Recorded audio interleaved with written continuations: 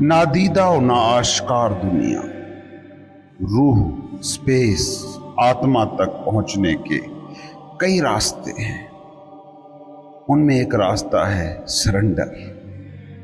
Surrender کا مطلب ہے کہ جو بھی کچھ ہے اسے قبول کر لینا، یعنی ازنس کو بنا کسی ذہنی جذباتی مزاحمت کے ہونے کی اجازت دینا۔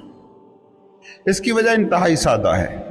جب آپ اندرونی مزاحمت کرتے ہیں تو یہ اندرونی مزاحمت آپ کو دوسرے لوگوں سے، خود اپنے آپ سے اور آپ کے ارد گرد موجود دنیا سے کاٹ دیتی ہے۔ یہ بیگانگی، ایلینیشن کی فیلنگ کو تقویت دیتی ہے، اور یہی احساس سے بیگانگی، سینس آف ایلینیشن ہے جس پر ایگو اپنی بقا کے لیے سارا انحصار کرتی ہے۔ یہ احساس بیگانگی جتنا طاقتور ہوتا ہے اتنا ہی آپ آشکار دنیا کے، مینیفیسٹڈ ورلڈ کے زیادہ قیدی ہوتے ہیں۔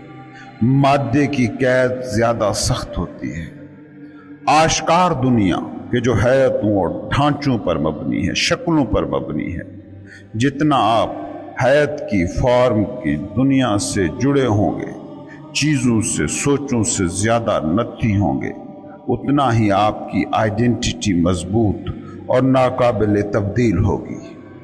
یہ وہ پوائنٹ ہے کہ جہاں آپ اپنی باطنی ڈائمنشن سے کٹ جاتے ہیں، اپنی روح سے الگ ہو جاتے ہیں، اور نا آشکار اور نادیدہ دنیا تک رسائی کی ہر گزرگاہ آپ پر بند ہو جاتی ہے۔ سرنڈر کی حالت میں آپ کی یہ آئیڈینٹی لطیف اور نرم ہو جاتی ہے، اور آپ شفاف ہو جاتے ہیں، اتنے شفاف کہ نادیدہ اور ناآشکار دنیا آپ میں چمکنا شروع ہو جاتی ہے۔ اب یہ آپ پر ہے کہ آپ نادیدہ اور ناآشکار دنیا تک شعوری رسائی کا کون سا پورٹل، کون سا راستہ استعمال کرتے ہیں۔ اپنے باطنی بدن کے انرجی فیلڈ سے رابطہ جوڑیں، شدت سے حاضر باش رہیں، ذہن سے ڈس آئیڈینٹیفائی کریں، جو ہے اس کے سامنے سرنڈر کریں۔ یہ وہ تمام پورٹل ہیں، رستے ہیں جو آپ استعمال کر سکتے ہیں، مگر یہ خیال رہے کہ آپ نے نادیدہ اور ناآشکار دنیا تک رسائی کے لیے ان میں سے کوئی ایک ہی پورٹل استعمال کرنا ہے۔ سوال تو یقیناً پھر محبت ان میں سے ایک پورٹل ہونا چاہیے؟ نہیں، محبت پورٹل نہیں ہے۔ جب تک آپ کے اندر اوپر مذکور پورٹلز میں سے ایک بھی پورٹل کھلا ہوگا تو اس حالت میں محبت بطور وحدت حیات کی فیلنگ، ریئلائزیشن کے طور پر موجود ہوگی۔ محبت نادیدہ اور ناآشکار دنیا کی طرف جانے کا رستہ نہیں ہے، بلکہ یہ وہ چیز ہے جو اس حالت کے ساتھ خود بخود آتی ہے۔ میں آپ کو بتاؤں کہ جب تک آپ اپنی حیاتی شناخت، فارم آئیڈینٹی کے اسیر ہیں، تب تک محبت کا وجود ہی ناممکن ہے۔ آپ کا کام محبت کی تلاش نہیں ہونا چاہیے، آپ کی کوشش ہونی چاہیے اس رستے، اس پورٹل کی جستجو جس میں سے محبت داخل ہو پائے۔ سوال، نادیدہ اور ناآشکار دنیا تک رسائی کے جن پورٹلز کی بات آپ نے کی ہے، کیا ان کے علاوہ بھی کوئی پورٹل، کوئی راستہ ہے؟ جی بالکل، اور بھی ہیں۔ پہلی بات تو یہ یاد رکھیں کہ نادیدہ اور ناآشکار دنیا اس دیدہ و آشکار عالم سے علیحدہ کوئی چیز نہیں ہے۔ ان مینیفیسٹڈ اسی مادی دنیا، مینیفیسٹڈ دنیا میں رچا بسا ہے، مگر یہ اس طرز سے اس کائنات کا حصہ ہے کہ تقریباً ہر شخص اسے مس کر دیتا ہے۔ اگر آپ کو یہ پتہ چل جائے کہ دیکھنا کس طرف ہے تو آپ کو یہ ناآشکار ہر طرف نظر آئے، ہر لمحے کوئی نہ کوئی ایک پورٹل اس کے لیے کھلا رہتا ہے۔ کیا آپ کو دور سے کتے کے بھونکنے کی یہ آواز سنائی دے رہی ہے، یا اس کار کی آواز کو سن رہے ہیں جو ابھی ابھی بائیں سڑک سے گزری ہے؟ غور سے سنیے، کیا اس میں نادیدہ اور ناآشکار کو آپ محسوس کر رہے ہو؟ You can't. اس نادیدہ اور ناآشکار کو دیکھنا ہے، سننا ہے تو ان آوازوں کو نہیں، اس خاموشی کو سنو کہ جس سے یہ آوازیں ابھرتی اور جس میں یہ آوازیں ڈوبتی ہیں۔ آوازوں سے زیادہ توجہ خاموشی کو دو۔ جب آپ باہری سکوت خاموشی کو زیادہ توجہ دیتے ہیں تو اس سے باطنی سکوت پیدا ہوتا ہے۔ باطنی سکوت اور سکون کا مطلب ہے کہ دماغ سٹل ہو جاتا ہے، ساکت۔ اس کا مطلب یہ ہے کہ ایک پورٹل کھل گیا، ایک راستہ واہ ہو گیا۔ ہر آواز خاموشی سے پھوٹتی ہے اور خاموشی میں فنا ہوتی ہے، اور جتنی دیر تک وہ رہتی بھی ہے تب بھی اس کے ارد گرد خاموشی کا حالہ موجود رہتا ہے۔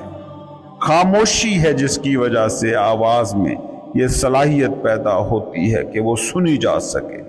ہر آواز جو آپ سنتے ہیں، ہر سر، ہر گیت، ہر لفظ جو آپ کے کانوں سے ٹکراتا ہے، وہ اپنی بنیاد میں لیکن نا آشکارا طور پر اس دنیا میں بطور خاموشی اپنا وجود رکھتا ہے۔ اس لیے کہا جاتا ہے کہ اس دنیا میں خدا جیسی اگر کوئی چیز ہے تو وہ ہے خاموشی۔ آپ نے صرف کرنا یہ ہے کہ اس خاموشی کو توجہ دینی ہے، حتیٰ کہ دوران گفتگو بھی موجود خاموشی کے وقفوں سے آگاہ رہنا ہے۔ جو ہی آپ یہ کرنا شروع کریں گے تو سٹلنس، سکوت کی ڈائمنشن آپ میں گہری ہونا شروع ہو جائے گی۔ یاد رکھیں کہ آپ خاموشی کو توجہ دے ہی نہیں سکتے جب تک آپ کا باطن، آپ کا اندر سٹل نہ ہو، ساکن نہ ہو۔ خاموشی باہر اور سکوت، سٹلنس اندر، اگر یہ آپ کی کیفیت ہے تو آپ نا آشکار تک رسائی پا چکے ہیں، ان مینیفیسٹڈ میں داخل ہو چکے ہیں۔ خلا ایک اور رستہ۔ جس طرح آواز خاموشی کے وجود کے بنا تخلیق نہیں پا سکتی، اسی طرح کوئی بھی وجود عدم کے بنا تخلیق نہیں پا سکتا۔ کوئی بھی شے لا شے کے بغیر وجود میں نہیں آ سکتی۔ خلا ہے، سپیس ہے جو مادے کے ہونے کو ممکن بناتا ہے۔ جیسے آپ اور وہ سامنے موجود درخت ہے، اس میں موجود خلا ہے جو اسے اس اور آپ کو آپ بنا رہا ہے۔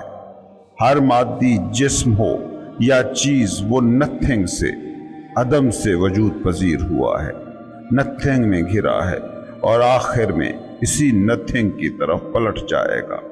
اور یہی نہیں بلکہ ہر فزیکل باڈی میں نتھنگ کی مقدار، سپیس، خلا کی مقدار سم تھنگ سے، مادے سے، میٹر سے کہیں زیادہ ہے۔ انسانی جسم ہی کو دیکھ لیں، کھربوں خلیوں سے مل کر بنا یہ جسم ہے، مگر ان خلیوں کے مابین فاصلہ ان خلیوں کی مقدار سے کہیں زیادہ ہے، اور ہر خلیے میں موجود سپیس ہر خلیے میں موجود میٹر سے کہیں زیادہ ہے۔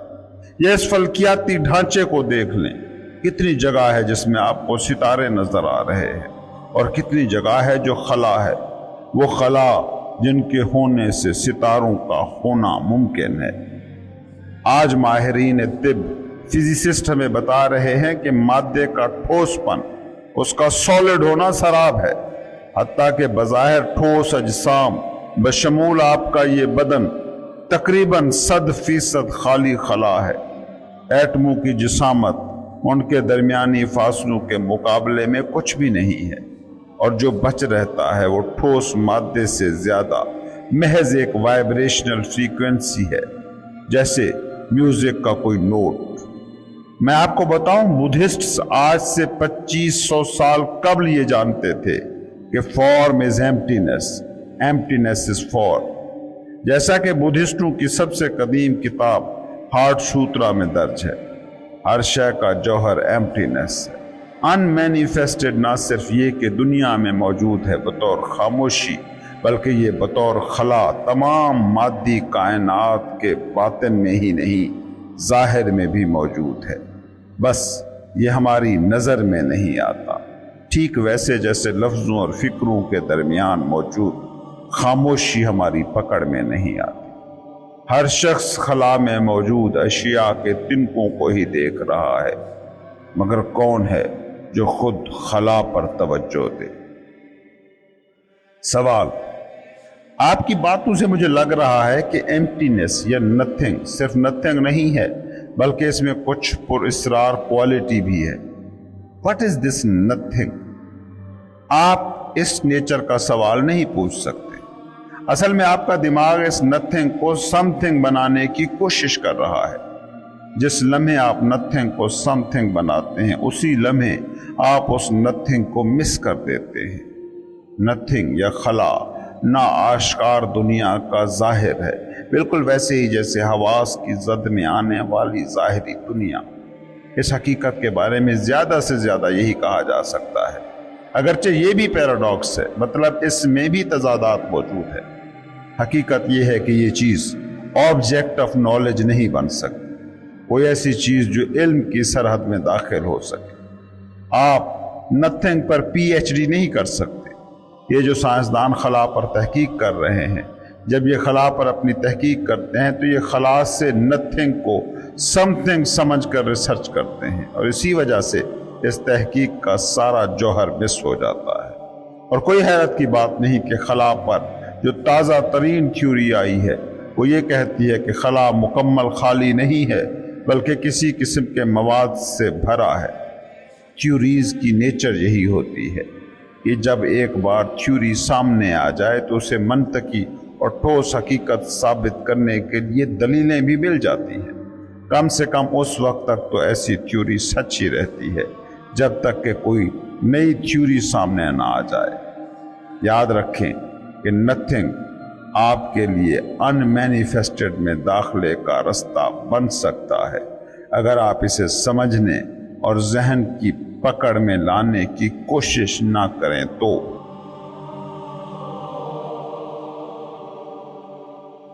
سوچئے وہ جز جو کل جیسا ہو گیا، وہ خود جو خدا جیسا ہو گیا، وہ قطرہ جو کلزم جیسا ہو گیا، وہ کرن جو سورج جیسی ہوگی، ان کی عبادت کیا ہوتی ہوگی؟ وہ جو بھی کرتے ہیں عبادت ہوتی ہے، وہ جو بولتے ہیں ذکر ہوتا ہے، کیونکہ یہ وہ لوگ ہیں جن کے اندر اندھیرا نہ رہا، وہ خود روشنی کا چراغ بن گئے، ان کا دل پھر دیا بن گیا جس میں کہیں کسی ظلمت کے ہونے کا امکان ہی نہ رہا۔ ایسا دل ہو تو اس سے جو بھی آئے گا وہ عبادت ہے۔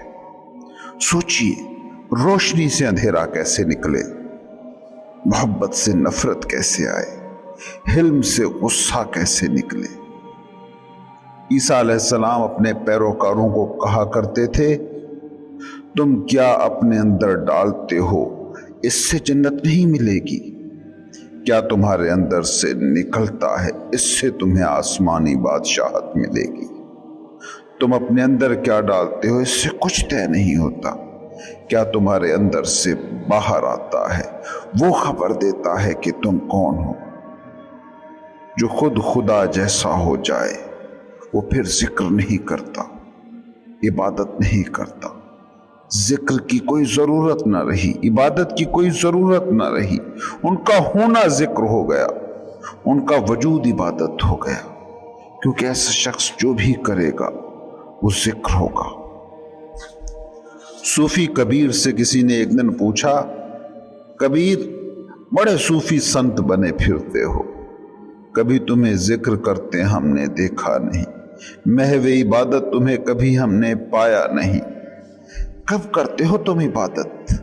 ہم نے تو جب دیکھا تمہیں اپنے کام میں مصروف دیکھا، دکان پر بیٹھے دیکھا، کپڑے کو رفو کرتے دیکھا، کپڑا بنتے دیکھا، بازار بیچنے جاتے دیکھا، عبادت کرتے تمہیں کبھی نہیں دیکھا، ذکر کرتے تمہیں کبھی نہیں سنا۔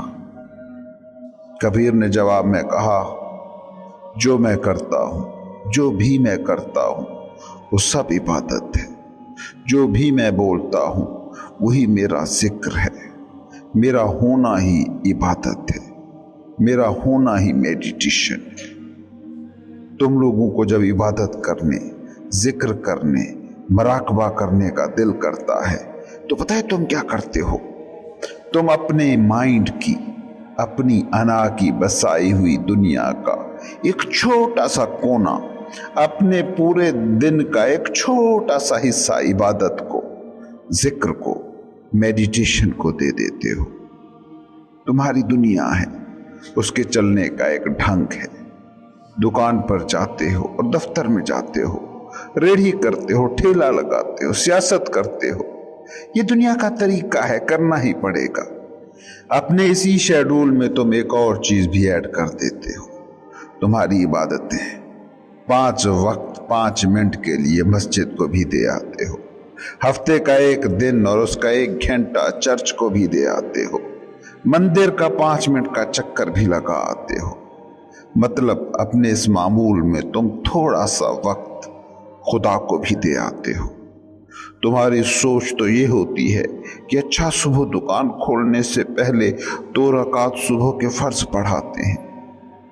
ये बड़ा बारीक सा फर्क है, इस पर ध्यान देना। तुम जो भी कुछ करते हो उसमें इबादत को, खुदा से ताल्लुक को, अल्टीमेट रियलिटी से कनेक्शन को जोड़ देते हो। और तुम दिन में 50 काम करते हो, उसमें एक काम ये भी हो जाता है। तुम्हारे हजारों कामों में से एक काम है खुदा। अगर यही तुम्हारा रवैया है तो जानना, खुदा से तुम हमेशा महरूम रहोगे। खुदा जो बाहर है ही नहीं, जो हो भी नहीं सकता। जहां दुकान है, खेती है, नौकरी है, बिजनेस है, वहां से खुदा का कोई लेना देना नहीं है। खुदा तुम्हारे अंदरून जात का भी अंदरून है। खुदा तुम्हारा बातिन बातिन है, वो बातिन बातिन कि जहां तुम खुद हो, वो एक्शन और काम के जहां में नहीं है। जब तुम्हारा कोई काम नहीं रह जाता, जब कोई काम करने वाला नहीं बचता, बस सिर्फ तुम रह जाते हो, एक हाजिर बाशऊर रह जाता है, बस ऑब्जर्वर रह जाता है, वो मकाम है जहां से खुदा से मिला जा सकता है।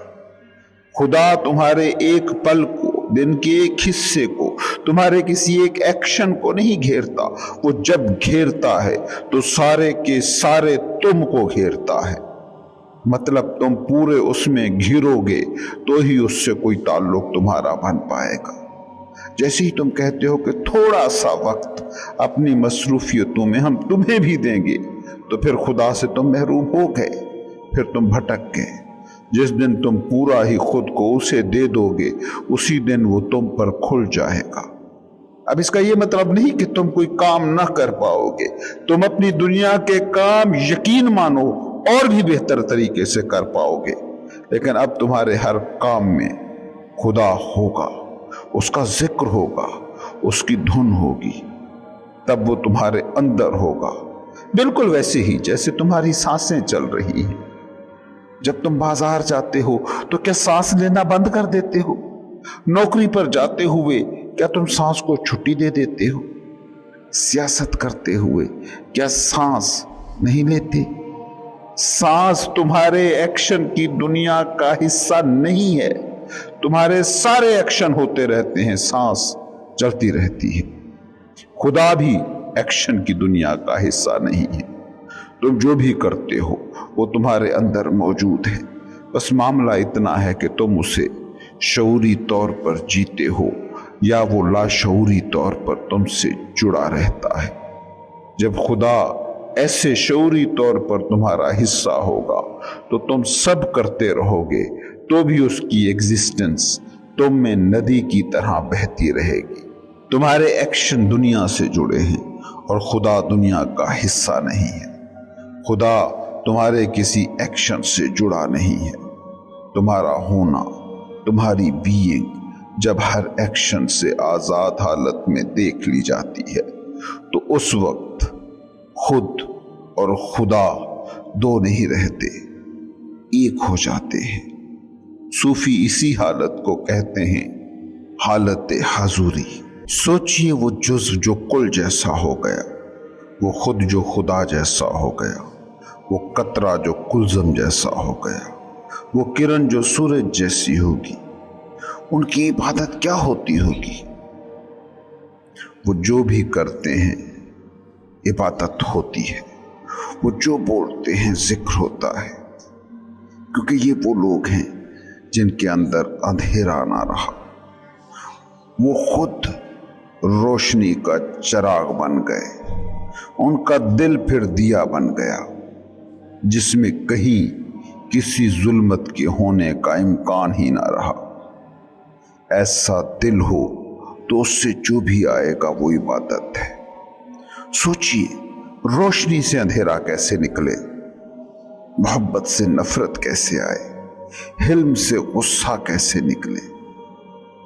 ईसा अलैहिस्सलाम अपने पैरोकारों को कहा करते थे, तुम क्या अपने अंदर डालते हो इससे जन्नत नहीं मिलेगी, क्या तुम्हारे अंदर से निकलता है इससे तुम्हें आसमानी बादशाहत मिलेगी। तुम अपने अंदर क्या डालते हो इससे कुछ तय नहीं होता, क्या तुम्हारे अंदर से बाहर आता है वो खबर देता है कि तुम कौन हो।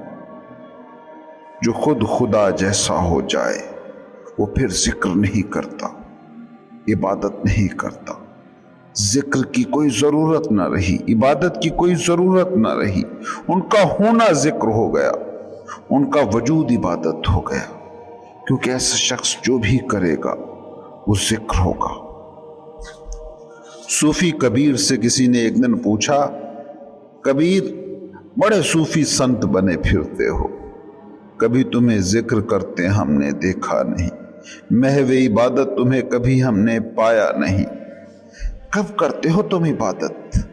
हमने तो जब देखा तुम्हें अपने काम में मसरूफ देखा, दुकान पर बैठे देखा, कपड़े को रफू करते देखा, कपड़ा बुनते देखा, बाजार बेचने जाते देखा। इबादत करते तुम्हें कभी नहीं देखा, जिक्र करते तुम्हें कभी नहीं सुना। कबीर ने जवाब में कहा, जो मैं करता हूं, जो भी मैं करता हूं वो सब इबादत है। जो भी मैं बोलता हूं वही मेरा जिक्र है। मेरा होना ही इबादत है, मेरा होना ही मेडिटेशन है।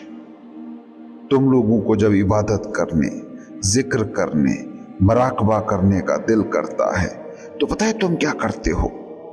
तुम अपने माइंड की, अपनी अना की बसाई हुई दुनिया का एक छोटा सा कोना, अपने पूरे दिन का एक छोटा सा हिस्सा इबादत को, जिक्र को, मेडिटेशन को दे देते हो। तुम्हारी दुनिया है, उसके चलने का एक ढंग है। दुकान पर जाते हो और दफ्तर में जाते हो, रेढ़ी करते हो, ठेला लगाते हो, सियासत करते हो। ये दुनिया का तरीका है, करना ही पड़ेगा। अपने इसी शेड्यूल में तुम एक और चीज भी ऐड कर देते हो, तुम्हारी इबादतें।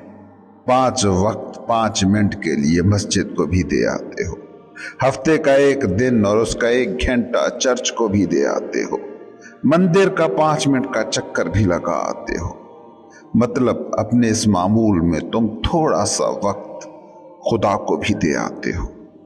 तुम्हारी सोच तो ये होती है कि अच्छा, सुबह दुकान खोलने से पहले 2 रकात सुबह के फर्ज पढ़ाते हैं। ये बड़ा बारीक सा फर्क है, इस पर ध्यान देना। तुम जो भी कुछ करते हो उसमें इबादत को, खुदा से ताल्लुक को, अल्टीमेट रियलिटी से कनेक्शन को जोड़ देते हो। और तुम दिन में 50 काम करते हो, उसमें एक काम ये भी हो जाता है। तुम्हारे हजारों कामों में से एक काम है खुदा। अगर यही तुम्हारा रवैया है तो जानना, खुदा से तुम हमेशा महरूम रहोगे। खुदा जो बाहर है ही नहीं, जो हो भी नहीं सकता। जहां दुकान है, खेती है, नौकरी है, बिजनेस है, वहां से खुदा का कोई लेना देना नहीं है। खुदा तुम्हारे अंदरून जात का भी अंदरून है। खुदा तुम्हारा बातिन बातिन है, वो बातिन बातिन कि जहां तुम खुद हो, वो एक्शन और काम के जहां में नहीं है। जब तुम्हारा कोई काम नहीं रह जाता, जब कोई काम करने वाला नहीं बचता, बस सिर्फ तुम रह जाते हो, एक हाजिर बाशऊर रह जाता है, बस ऑब्जर्वर रह जाता है, वो मकाम है जहां से खुदा से मिला जा सकता है। खुदा तुम्हारे एक पल को, दिन के एक हिस्से को, तुम्हारे किसी एक एक्शन को नहीं घेरता। वो जब घेरता है तो सारे के सारे तुमको घेरता है। मतलब तुम पूरे उसमें घिरोगे तो ही उससे कोई ताल्लुक तुम्हारा बन पाएगा। जैसे ही तुम कहते हो कि थोड़ा सा वक्त अपनी मसरूफियतों में हम तुम्हें भी देंगे, तो फिर खुदा से तुम महरूम हो गए, फिर तुम भटक गए। जिस दिन तुम पूरा ही खुद को उसे दे दोगे उसी दिन वो तुम पर खुल जाएगा।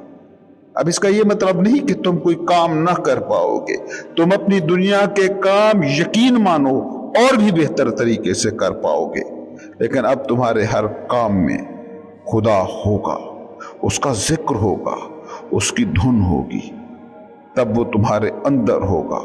बिल्कुल वैसे ही जैसे तुम्हारी सांसें चल रही हैं। जब तुम बाजार जाते हो तो क्या सांस लेना बंद कर देते हो? नौकरी पर जाते हुए क्या तुम सांस को छुट्टी दे देते हो? सियासत करते हुए क्या सांस नहीं लेते? सांस तुम्हारे एक्शन की दुनिया का हिस्सा नहीं है। तुम्हारे सारे एक्शन होते रहते हैं, सांस चलती रहती है। खुदा भी एक्शन की दुनिया का हिस्सा नहीं है। तुम जो भी करते हो वो तुम्हारे अंदर मौजूद है, बस मामला इतना है कि तुम उसे शऊरी तौर पर जीते हो या वो लाशऊरी तौर पर तुमसे जुड़ा रहता है।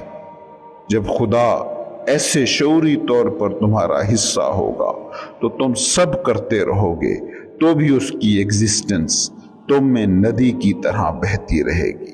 तुम्हारे एक्शन दुनिया से जुड़े हैं और खुदा दुनिया का हिस्सा नहीं है। खुदा तुम्हारे किसी एक्शन से जुड़ा नहीं है। तुम्हारा होना, तुम्हारी बीइंग जब हर एक्शन से आजाद हालत में देख ली जाती है तो उस वक्त खुद और खुदा दो नहीं रहते, एक हो जाते हैं। सूफी इसी हालत को कहते हैं हालत हाजुरी।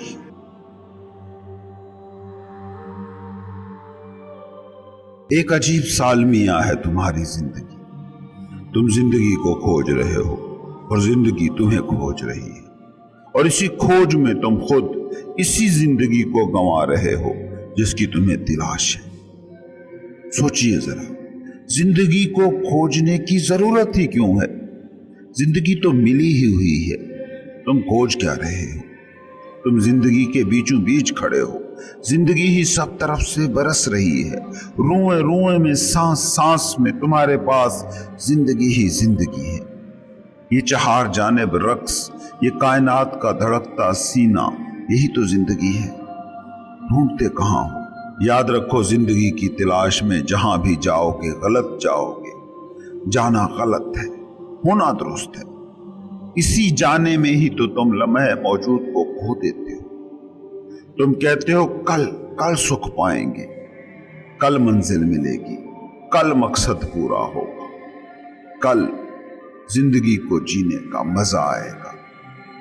याद रखना, सुख अगर कल में ढूंढ रहे हो तो सुख न गुजरे कल में मिलने वाला है, न आने वाले कल में मिलने वाला। सुख जिंदगी का साया है, सुख जिंदगी की नेचर है, फितरत है, और जिंदगी सिर्फ इस पल में है। गुजरे कल की बस याददाश्त है, आने वाले कल के बस मंसूबे हैं।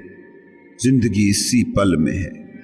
जब जिंदगी इसी पल में है तो इसका साया कैसे माजी में या मुस्तकबिल में हो सकता है? सुख, खुशी, मुसर्रत जिंदगी का साया है। जहां जिंदगी होगी उसका साया भी वहीं पर होगा। तुम समझ ही नहीं पा रहे कि कल कभी आता ही नहीं। आता दिखाई जरूर देता है, लगता है कि कल आया, बस अब आया, लेकिन आता कभी नहीं, क्योंकि जो आता है वो अब है, वो ये पल है, जिंदगी के दिल से धड़कता हुआ आज, नाउ। जो आता है वो अब है। इस पल को कल पर कुर्बान मत करना। जिसने आज को जीने के लिए कल पर छोड़ा वो है असल गुनाहगार, वो है असल जहन्नम में। कभी गुजरे कल के गम में झुलसता है या गुजरे कल की खुशियों को दोबारा दोबारा जीने की कोशिशें नातमाम करता है। कभी आने वाले कल के मंसूबों में इंतजार की आग में चलता है। मजे की बात यह है कि जिस माजी को अब सुहाना कहकर तुम याद कर रहे हो, तुम उस वक्त भी इस पल में नहीं थे। इस पल में होते, इस पल को जीते तो शायद याद कभी ना करते। याद है तो इसीलिए है कि वो पल तुमने खोया था। क्योंकि जब वो पल तुम पर बीत रहा था तो तुम तब कहीं और थे। बुढ़ापे में बैठकर कॉलेज के दिनों को सोचते हो, मगर कभी ये भी सोचा कि जब कॉलेज में थे तो सारा दिन मुस्तकबिल में मिलने वाली किसी नौकरी, किसी ओहदे के ख्यालों में तुम गुम थे। बचपन को कहते हो जन्नत था, लेकिन उस बचपन को तुमने कभी जिया नहीं था, बड़े होने की ख्वाहिश में गंवाया था। बूढ़े हो जाओगे तो जवानी की तस्वीरों का एल्बम रोज उठा कर देखोगे, मगर वो जवानी तुमने तब जी ही नहीं थी, जैसे अब बुढ़ापा नहीं जी रहे हो। यही रोग है असल गुनाह। गुनाह की बहुत सी डेफिनेशंस तुम लोगों ने सुनी होंगी। किसी ने कहा किसी से बुरा करना गुनाह है, चोरी करना गुनाह है, झूठ बोलना गुनाह है, रिश्वत लेना गुनाह है। मैं कहता हूं ये गुनाह नहीं है, क्योंकि ये तुम्हारे होने के गलत ढंग का लाजमी नतीजा है। खुद कोई गुनाह नहीं है, गलत करना गुनाह नहीं है, गलत होना गुनाह है। और जिसका होना ठीक हो जाए उसकी जिंदगी से गुनाह निकल जाता है। इसलिए असली सवाल ठीक करने का नहीं, असली सवाल ठीक होने का है। यह है असल राज। इस राज को दिल में बिठा लो, क्योंकि यही राज बुनियादी राज है। क्योंकि अगर तुम गलत को ठीक करने में लग गए तो उम्रें बीत जाएंगी, गलत ठीक नहीं होगा, क्योंकि तुम्हारा होने का ढंग गलत है। और जब होना गलत हो तो गलतियां पैदा होती रहेंगी। तुम एक गलती को ठीक करने में 10 और गलतियां कर लोगे। ये पता है कैसे है? ये बिल्कुल ऐसा है कि जैसे एक शराबी है, वो शराब पीना तो नहीं छोड़ता, लेकिन संभल कर चलने की कोशिशें बहुत करता है। सभी शराबी संभल कर चलने की कोशिश करते हैं, मगर क्या चल पाते हैं? सभी अपनी गलतियां दुरुस्त करना चाहते हैं, क्या कर पाते हैं? तुमने कभी शायद नोटिस किया हो या तजर्बा किया हो, जितना संभल कर चलने की कोशिश शराबी करता है, उतनी कोशिश कोई नहीं करता। हालांकि शराबी कदम कदम पर गिरता है, मगर संभल कर चलने की कोशिश वो बड़ी करता है। दूसरी तरफ गैर शराबी है, वो संभल कर चलने की कोशिश भी नहीं करता, मगर फिर भी गिरता नहीं है। होने का ढंग ठीक हो जाए तो गलतियों को सुधारने की कोशिश नहीं करना पड़ती। गलतियां ही नहीं होती, दुरुस्त कैसे करोगे? जिसने शराब नहीं पी वो संभल कर चलने की कोशिश ही क्यों करेगा? वो संभल कर चलता ही है, उसके लिए कोशिश थोड़ी करनी पड़ती है। जो होश में है, जो कॉन्शियस है, उससे नेकी होती ही होती है, उससे गुनाह हो कैसे सकता है? नेकी करनी थोड़ी होती है, नेकी करनी पड़े तो 2 टके की होती है। नेकी तो होती है। जैसे जिस्म हो तो साया होता ही है, ऐसे ही बेदार हो तो नेकी होती ही है। करना, डूइंग, अना की मजबूरी है और अना शराब है। एक्शन अना को तस्कीन देता है, और अना ऐसी चीज है कि जिसकी तस्कीन पूरी कायनात नहीं कर सकती। जो होश में होता है उससे नेकी ऐसे होती है जैसे गाड़ी के पीछे टायरों के निशान पैदा होते जाते हैं। इंसान के पीछे जैसे साया चला आता है। जो गलत है, जो बेहोश है, जो अनकॉन्शियस है, उससे गुनाह और गलती भी ऐसे ही होती है जैसे गाड़ी के पीछे टायर के निशान चले आते हैं। गाड़ी, बाइक गुजरती है तो निशान खुद ब खुद बन जाते हैं। तुम निशानों को पोंछने मिटाने में मत लग जाना, क्योंकि गाड़ी तो चल ही रही है, गाड़ी चलती ही जा रही है। तुम पुराने निशान मिटाते रहोगे, नए निशान बनते ही चले जाएंगे। तुम गलत करने से बचने की जितनी कोशिश करोगे, गलतियां करते ही जाओगे।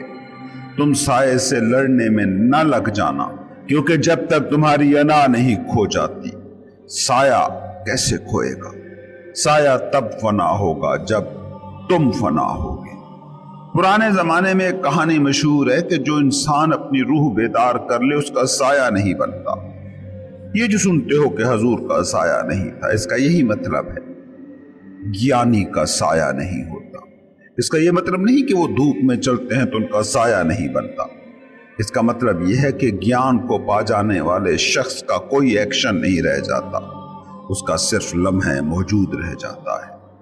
लम्हे मौजूद में एक्शन नहीं होता, बस होना होता है, वो होता है।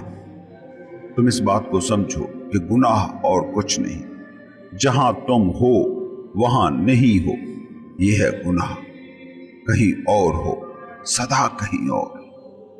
बूढ़े हो गए तो जवानी को सोच रहे हो, जवान हो गए तो बचपन को सोच रहे हो, और जब मौत सामने खड़ी होती है तो तब यही तुम्हारा गुनाह होगा जो सबसे बड़ा पछतावा बन जाएगा, क्योंकि तब जिंदगी जा रही होगी और तुम खुद को देखोगे कि मैंने तो जिंदगी जी ही नहीं और ये जाने वाली हो गई।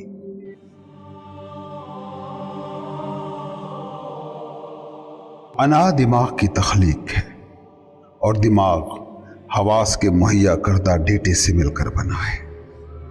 अनाई जिंदगी, चाहे जिसे तुम कहते हो तुम्हारी ये दुनियावी जिंदगी शानदार हो, तो इसका सूफियाना असूल बस एक है, हवास का इस्तेमाल समझ के साथ करना। तुम यूं नहीं कह सकते कि आंख का काम तो देखना है तो जो चाहे उसे देखते रहने दो, कान का काम सुनना है तो जो चाहो उसे सुनवाते रहो, हाथ का काम छूना है तो जो चाहो उससे छूते रहो। नहीं, ये सब हवास वो डेटा बना रहे हैं जिनसे माइंड ने तख्लीक होना है, और माइंड से जो चीज़ तख्लीक होती है वही नाम नेहाद तुम हो। तो ये डेटा ऐसे ही कैसे जमा हो सकता है? तुम तजर्बा करके देख लो कि मुसलसल किसी एक टॉपिक पर तुम कुछ अरसे किताबें पढ़ते रहो या किसी मौजू पर मुसलसल वीडियो सुनते रहो तो तुम बदलना शुरू हो जाते हो। तुम मुसलसल दुख देखना शुरू कर दोगे तो कुछ अरसे बाद पता चलेगा कि तुम खुद भी दुखी हो गए हो। मुसलसल कुछ अरसा सुखी लोगों के साथ रहो तो देखोगे कि तुम सुखी होना शुरू हो गए हो। अब तुम्हारा वो एक्ट जो तुम्हारी जिंदगी की हालतों को तय कर रहा है वो बेकार कैसे हो सकता है? वो ऐसे ही कैसे हो सकता है? जब कोई कहता है कि बुरा मत बोलो, बुरा मत देखो, बुरा मत सुनो, तो वो बुनियादी तौर पर यही कह रहा है कि अपनी जिंदगी के तजर्बे को बुरा मत करो, अपने वजूदी तजर्बे को रायगाम मत करो।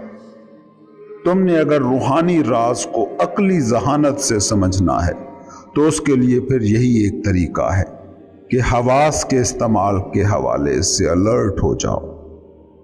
पुराने ज़माने के सूफी गुरु अपने मुरीदों को कहा करते थे कि रास्ते पर चलते हुए अपने सामने के चंद कदमों से आगे मत देखो। क्या राज होगा आखिर इस मश्क का?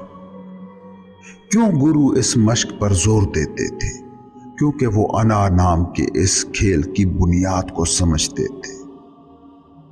चलने के लिए 4 कदमों तक देखना काफी है, मगर तुम्हारा चलना भी चलना नहीं होता, वहां भी अना को पैडलिंग की जरूरत होती है। तुम दूर तक देखते हो कि कितना चलना है, कहां तक चलना है। याद रखना, 4 कदम कभी नहीं थकाते हैं और पैर कभी नहीं थकता है। थकन होती है माइंड को जब तुम दूर मंजिल पर नजर टिकाए रखते हो और चलने की बजाय पहुंचने के चक्कर में पड़ जाते हो। तब रास्ता बहुत तवील लगता है, मंजिल बहुत दूर लगती है। माइंड इस सारे सफर को एक साथ चलने की कोशिश करता है, लेकिन बतौर जिस्म तुम एक ही कदम चल सकते हो, और 4 कदम तक देख लेना काफी है माइंड के लिए कि वो अगले कदमों की हिकमत अमली तय कर सके। तुम्हारी जरूरत, जिंदगी की जरूरत बस इतनी है, मगर अना की भूख इससे कभी भी नहीं मिटती। वो हमेशा दूर तक देखती है, दूर की प्लानिंग करती है। दूर के ढोल उसे सुहाने लगते हैं और ढोल हमेशा दूर ही के सुहाने होते हैं। इसी तरह तुम्हारी सारी जिंदगी गुजर जाती है।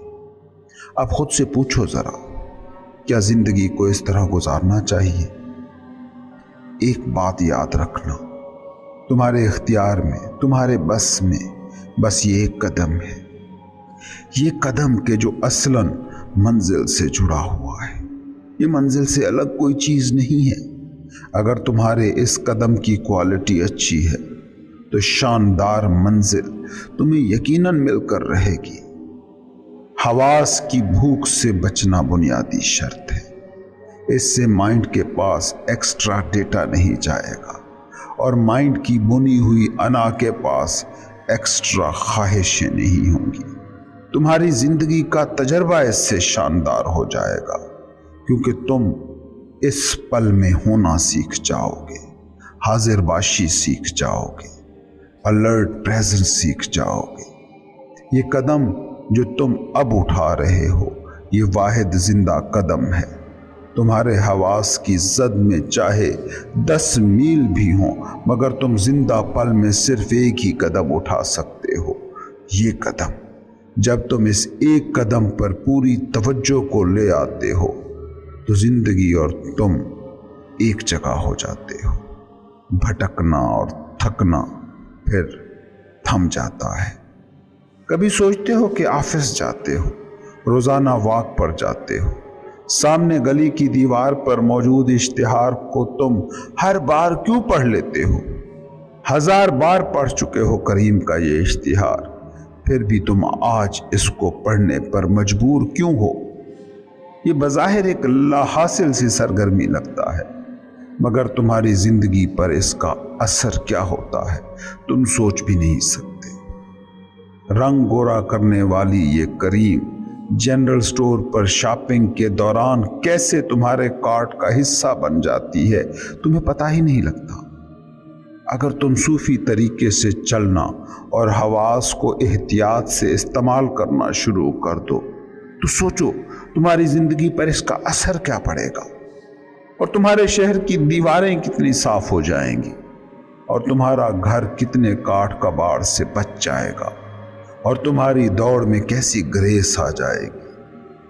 دیواروں پر، ٹی وی سکرینوں پر، انٹرنیٹ پر اشتہارات کی جو بھرمار ہے وہ ساری ختم ہو جائے گی اگر تم ان اشتہارات کو پڑھنا سننا چھوڑ دو۔ پڑھنے والے موجود ہیں تو لکھنے والے موجود رہیں گے ہی، بے وقوف لوگ موجود ہیں تو بے وقوف بنانے والے بھی موجود ہی رہیں گے، بندر موجود ہیں تو مداری پیدا ہوتے رہیں گے۔ کبھی سوچا کہ ایک ہی اشتہار بار بار جو دکھا رہے ہیں اور اس کے لیے وہ لوگ پیسے بھی بھر رہے ہیں، وہ ایسا کیوں کرتے ہوں گے؟ کیا یہ پاگل پن نہیں لگتا کہ ایک ہی بات ہر 5 منٹ کے وقفے سے جاری ہے؟ کیونکہ جب تم بار بار پڑھتے رہتے ہو، دیکھتے رہتے ہو، تو اس سے ایک طریقے سے تم ہپناٹائز ہو جاتے ہو، اور تمہیں پتہ ہی نہیں لگتا کہ کب شاپنگ کرتے ہوئے وہ چیز تم نے بے دھیانی میں خرید لی جس کا اشتہار بار بار تم نے دیکھا یا سنا تھا۔ 1000 آپ کو لگے کہ آپ سوچ سمجھ کر خرید رہے ہو، مگر وہ تم ہمیشہ بے سوچے سمجھے خرید رہے ہوتے ہو، کیونکہ تم اصل میں ہپناٹائز ہوتے ہو۔ ایڈورٹائزمنٹ انڈسٹری کو سمجھنے والے جانتے ہیں کہ آج وہ دور ہے کہ جب چیز کئی سال بعد بنتی ہے مگر اشتہار سالوں پہلے چلنا شروع ہو جاتے ہیں۔ یہ کمپنیاں بخوبی یہ بات جانتی ہیں کہ انسان کے حواس بے لگام ہو چکے ہیں، اور حواس بے لگام ہیں تو انہیں آپ کے دماغ تک پہنچنے میں کوئی مشکل پیش نہیں آئے گی، اور تمہاری انا کی ضرورت بننے میں انہیں کوئی دقت پیش نہیں آئے گی۔ وہ پہلے ڈیمانڈ پیدا کرتے ہیں بذریعہ حواس، وہ پہلے منڈی تراشتے ہیں، اور یہ آج کا نام نہاد ذہین آدمی اتنا احمق ہے کہ اسے کچھ بھی خریدنے پر مجبور کیا جا سکتا ہے۔ کسی بھی چیز کو اس کی مجبوری بنایا جا سکتا ہے۔ وہ چیز بنانے سے پہلے تمہیں پاگل کرتے ہیں، کیونکہ وہ جو بنا رہے ہیں اس کا خریدار کوئی پاگل ہی ہو سکتا ہے۔ سو اپنی مارکیٹ بنانے کے لیے وہ تمہیں پاگل بنانے سے بھی نہیں چوکتے۔ ورنہ سوچو نا کہ چیز ابھی بنی ہی نہیں، مگر دیواروں پر، اخباروں میں، ریڈیو پر، ٹیلی ویژن پر، انٹرنیٹ پر اسے دکھایا کیوں جا رہا ہے؟ وہ تمہارے حواس سے ڈیزائر، خواہش تخلیق کرنے کا کام لیتے ہیں اور تمہاری خواہش کو اس سے جوڑ دیتے ہیں۔ یہ ایڈورٹائزمنٹ کی ساری انڈسٹری ہے کہ لوگوں کو خوشی نہیں، خوشی کا ڈیلیوژن بیچو، خوشی کا بھرم بیچو، خوشی کی امید بیچو، اور پھر چاہے کچھ بھی ہو انہیں بیچ سکتے ہو۔ کبھی سوچتے ہو کہ انسان جسے اشرف المخلوق ہونے کا دعویٰ ہے وہ کتنا احمق ہو سکتا ہے؟ تم بھینس کو گھاس کے علاوہ کچھ اور کھانے پر مجبور نہیں کر سکتے، مگر انسان کو ہپناٹائز کر کے اسے کچھ بھی کھلایا جا سکتا ہے۔ یقین نہ آئے تو ذرا میکڈونلڈز کا برگر جا کر کسی بھینس کے سامنے رکھیے، وہ تمہارے بہترین اور مہنگے فینسی کھانے کو دیکھنا بھی گوارا نہیں کرے گی۔ کبھی غور سے دیکھنا بڑے شہروں کی غذاؤں کو، ان میں رنگ، چمک، خوشبو سب کچھ ملے گا سوائے غذائیت کے، کیونکہ ان کمپنیوں کا مقصد تمہاری غذائی ضرورت کی تشفی ہے ہی نہیں، تمہاری کمیوں کو استعمال کرتے ہوئے تمہیں ہپناٹائز کرنا ہے، اور اس کے لیے استعمال ہوتے ہیں تمہارے حواس۔ اس لیے میں کہتا ہوں کہ صوفی زندگی کو اگر آپ آج کے ماڈرن دور کے ساتھ ہم آہنگ کرنا چاہتے ہیں تو حواس کے ساتھ یہ بے احتیاطی کا رویہ چھوڑ دیں۔ کم دیکھنا، کم سننا، کم بولنا شروع کر دیں۔ کچھ عرصے میں آپ کی انا کی پیڈلنگ سلو ہونا شروع ہو جائے گی اور تم اپنی حقیقت کی طرف پلٹنا شروع ہو جاؤ گے۔